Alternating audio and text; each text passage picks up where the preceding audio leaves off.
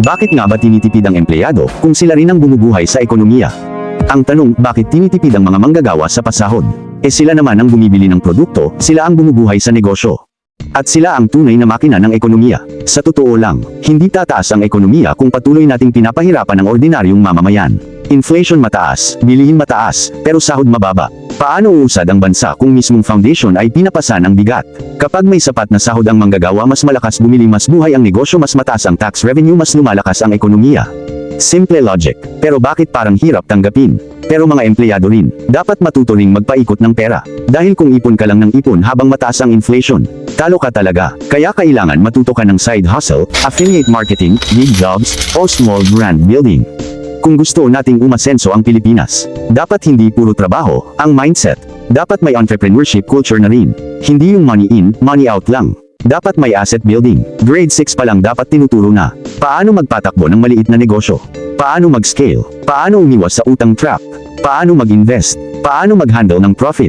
Ang requirement ng magtuturo, dapat may totoong 3 years na running business. Hindi yung purely theory. Sa gobyerno naman, sana bawasan ang red tape, lakasan ang support, at bawasan ang panghihigpit.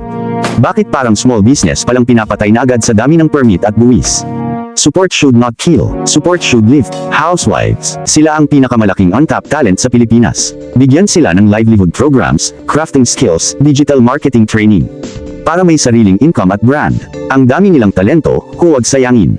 Para umasenso ang ekonomiya, hindi lang dapat iisa ang kumikilos. Kailangan, manggagawa may tamang sahod, dagdag financial literacy. Entrepreneurs empowered, less red tape. Government tunay na support, hindi puro requirements. Schools future ready ang bata. Community nagtutulungan. Kung gusto natin ng maunlad na bansa, kailangan nating palakasin ang tao. Dahil ang ekonomiya, hindi yan gusali, hindi yan pera. Tao ang ekonomiya. Sa mga nasa posisyon, sana po mapakinggan to. Please share this para umabot sa mga policy makers, employers, LGUs at leaders natin. Kung naniniwala ka na tao ang tunay na puhunan ng bansa, share mo to. Kung may small business ka, comment mo dito para i-promote natin. Kung estudyante ka, start building skills now. Hindi ka forever protected. Tara, pagandahin natin ang Pilipinas. Kung proud ka sa pagiging Pilipino, this is for you. Suotin mo ang spirit ng Team Pilipinas, saan ka man naruroon. High quality print, comfortable cotton, at syempre, gawa ng mga kapwa nating Pinoy. Perfect pang daily, pang sports, o pang support sa bansa. Support local product, support Filipino creativity. Link available in the comment section below. Check out now. Mag-iwan ng komento, pusuan at ibahagi mo to para mas maraming Pilipino ang ma-inspire gumawa at magtagumpay. Thanks for watching.